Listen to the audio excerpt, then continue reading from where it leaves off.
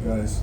Thank you for hanging around. I know it's a little bit of a delay, but the first thing is to thank everyone that came out tonight and made that place electric. I mean, Hard Rock was really a different level impact for us. Our players came out, saw that, and man, they were all about it, and that's what college football is all about, that type of environment. Our student section was jammed up. They were going bananas.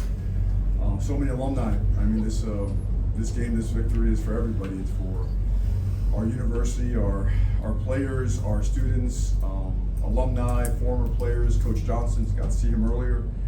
I don't know where to start, but tremendously proud of this team. The resiliency, complimentary football, overcoming a couple of hiccups and whatnot, but all in all, just an awesome night for the Miami Hurricanes. So, questions, please. Please raise your hand. We'll start with Tim Reynolds for the AP.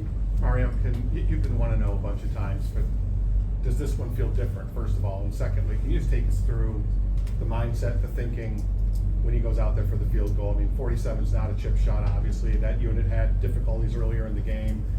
What's going through your mind? Did you say anything to anyone at that point? Not at all. We had done that. I mean, our off-season training, our training camp it's becoming legendary because of the adversity we put our guys through. We really do, and it helps us get off to a great start, every year and every place that we've been. So, I mean, can you say, oh, it's guaranteed he's going to make it? No, do we feel good about it? Absolutely, we did. And we felt that if we got that field goal and they had to really get down the field and try to throw the football, that our pass rushers could take advantage of their offensive line. Jordan McPherson, Miami Herald. Yeah, you talked about with pass rush, just the line of scrimmage play in general. I know how much you harp on that. Just how did you feel that you guys were able to handle that today? It was a muddy and bloody night. I mean, all night that thing was like rock'em sock'em robots. I mean, first of all, hats off to Coach Freeman and his team. Number one, because he has an unbelievably competitive and talented team and a great coaching staff. And he himself has done an awesome job with that program. So we knew that this game was going to be about, who's got one more shot in them, right? Who's willing to go and just not let anything get in the way of doing their job. And that was a challenge to our players. Everything was about being 1-0 on every single play and doing our job, and they took to that challenge and they ate it up, man. They got after it. They got after it all night, all the way to the end. And sometimes domination takes play on the final play of the game. And as crazy as that sounds, but that's what happened. Henry Adelson. Mario, what did you learn about this team on that final drive? They had scored to come back, and yet you were able to drive down the field to be able to get the win. We started well, had the issue with the field goal, and then the middle eight was awesome. Of course, scored at the end of the half, scored on the way out, and then we stalled, and big play by the defense, getting the turnover. Ruben returns it. We didn't get a touchdown, we settled for a field goal. A lot of confidence there, Carter. And, after that, we all felt that, in practice, he hits him at 55 plus, actually a 263 yarders, So we have a lot of confidence in him. We have a lot of confidence in the snapper, the holder, the guys protecting. So it was what we practice. Our practice and preparation became game reality. David Lake. You talked about how this was a rock'em sock'em game. Mm-hmm. Your defensive tackles, their performance, they each kind of stepped up and made plays tonight, and then Ruben Bain as well just made huge plays in the second. Oh, awesome! I mean, we were kidding around. Time flies, right? We finished year 3, we begin year 4, and I remember sitting outside of Hard Rock with Ruben Bain, with a bunch of other guys too. But since you bring up Ruben, and just the starting point was very low, so we were getting our butts kicked all over the place, and having to sit there for hours. Hard Rock is empty, cars are gone, they're trying to kick us out the parking lot. You say, hey man, stick with us. Just get the Canes a shot at the end. If you come here along with the other guys, we will be playing in those big time games and looking like what Miami should look. And tonight that was a reality. That's pretty cool for him. Guys like Inez Cooper, CC, Mark Fletcher. I mean, so many guys. So I don't know if that answers your question. Have you ever seen Ruben intercept a pass and take off like that in practice? I see Ruben do a lot of stuff, man. He explodes stuff. I mean, what's funny is when you get a chance later, watch the film, and not so much the sacks. Watch the plays where he's ripping through people, just cutting them in half and affecting the passer. I mean, truly a special talent, as explosive as it gets, and people have to game plan for him. So, we'll keep moving him around so they can't fight him as easily, and find a way just to keep allowing him to impact the game the way that he did. How about Carson, just the way he settled in tonight? Yeah, I thought he did a great job. I think people forget that's one of the top defenses in the country, right? I mean, they play man coverage as good as anybody. They bring pressure from all over the place. They disguise their coverage as well. and they're really good up front. We got called for a holding penalty. I think we gave up a sack, maybe 2, but Carson Beck, man, he made some unbelievable throws. He got out the pocket, he scrambled, he got some chunk yards with his legs as well, and at the end of the day got us down there along with the rest of the guys. Everybody contributed, but Carson, I mean, game 1, what can I say? I thought he did a great job. We got a few more. We're going to go to Brett McMurphy. Mario, you talked about Carson. He's a high-profile transfer. CJ Daniels, another transfer, pretty big night. What do you think of his performance? Oh, I was kidding CJ. I've been chasing CJ for 2 years. Every time he enters the portal, man, I miss him. We finally got him, right? And what a play he made. Unbelievable. CJ, since the day he got here, and his foot was banged up, it was a while before he got on the field, was an exceptional leader in that room. That guy took over the room and he established regimen and culture. Had those guys in there in the early hours watching film, had those guys taking care of their bodies, teaching those guys how to track the ball and how to play the game at a higher level, especially as it relates to the opposite side coverages. What do they mean? Where are the leverages? Where are the soft spots? CJ Daniels is an absolute pro, and it was funny. We're leaving the locker room. He's like, "Oh, just getting started, man. Just getting started. Let's keep this thing going."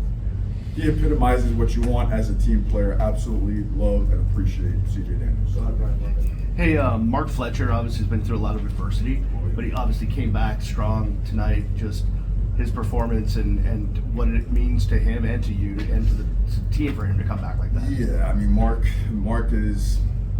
We have a lot of special dudes on this team. We're hitting on the ones, so we speak about those specifically. Mark Fletcher is made of the right stuff through and through. Raised awesome mom and dad. Dad, may you rest in peace. What doesn't he do? He does it all. He blocks, runs the ball extremely well. Tremendous supporter of his teammates when he's not in there. He brings the juice. He brings the energy every single day. Physical is all get out, man. The tough yards, right? Today was, man, you're not going to get tackled. Or if you're going to get tackled, it's got to be +1 or 2. But I know he always looks up to the sky for his dad, and he had the best seat in the house tonight, along with my mom. It was her birthday tonight, too. May she rest in peace. Go ahead, Manny Blanc. Mario, Corey Heatherman, just the job that you've done with this defense. I think there was only one breakdown in pass coverage all night, and I know that was a big focus to just get them on the same page. Yeah, he's hard to prepare for, man. He mixes it up on the back end. Tremendous knowledge of. I'll tell you what, if we don't bust, the night is elite, quite honestly, and that's okay. We knew that playing at home, there's going to be a ton of noise, and we worked with it nonstop. I'm sure you heard it blaring from Coral Gables, all the noise. And for the most part, we were able to communicate, and we got caught on that one bust. And then a couple other plays where I'm sure he'd love to have back, but his level of teaching, his level of communication, his scheme, his intensity, he was a game changer for us today, and you can see why the players, they love him and what he brings to the table. He makes everybody around him better. 3 more. We're going to go Gary. Mario, can't let you out without talking about Mesidor, who made a couple massive plays on the last drive, and also Malachi Tony, 17 years old, should be in high school, and He's really 17. I think he's 18. is he 18 now? He turns 18 in September. You sure? Yeah. Okay. I mean, the heart of the offense on opening night. Well, the first one, Mesidor is finally healthy. It's a shame that people haven't got to see what he's about. He's as impactful as there is. Extremely explosive. You saw him, how knowledgeable he is, how smart he is. Communicated a check, got him out to the flat, right? Distracted the quarterback and got that ball batted down. I mean, stuff like that doesn't really make the statistical sheet. He is off the charts. He is one of our best leaders right now, as a matter of fact, and has done a great job. And Malachi Tony, he's special. We're trying to keep him a secret, but it didn't take long, right? First play or two, he was ready to get the football. And what's special about Malachi Tony is his approach to the game. That guy approaches the game as if he's like a 5, 50, or 6-year NFL vet.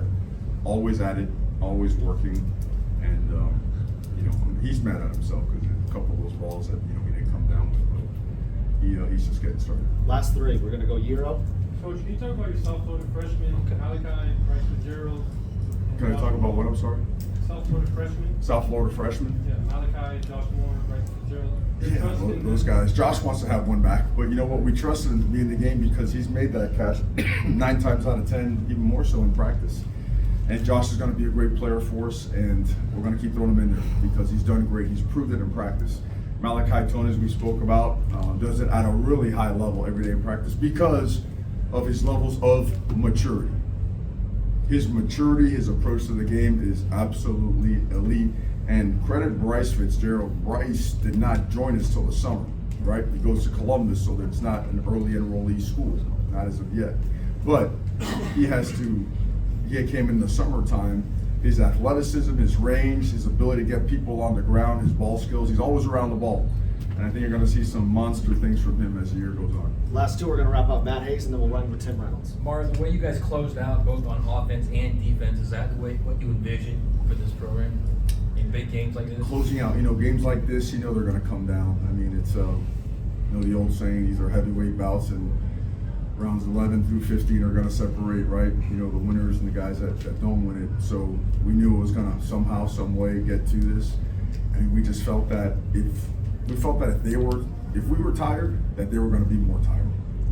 Because and I wish we could get this across to when they make arrangements for TV. It's 20 degrees hotter here, and the humidity is 20% higher.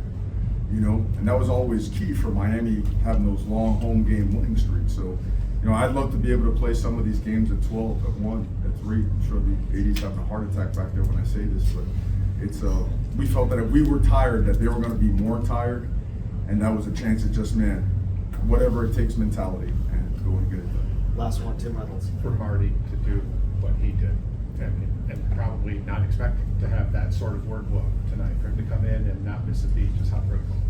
Well, I actually expected. Actually, it's because of what he's done in practice. Marty is, I think, an 1,100-yard runner last year in a scheme that does it all: power, counter, ISO, slam, wham, everything inside, outside zone. And Marty is a lot like CJ Daniels, a lot like Malachi Tony in his maturity and approach to the game. I mean, he's built as well as anybody in college football. He's rocked up, and he just doesn't get hurt, and it's hard to tackle the guy. And even when he's going down, he finds a way to put a hand on the ground and get some. He moves piles. He's really good in protection. He's physical. He has a super high care factor.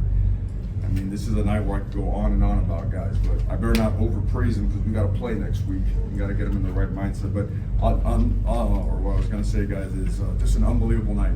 Unbelievable night for so many people that poured so much into this.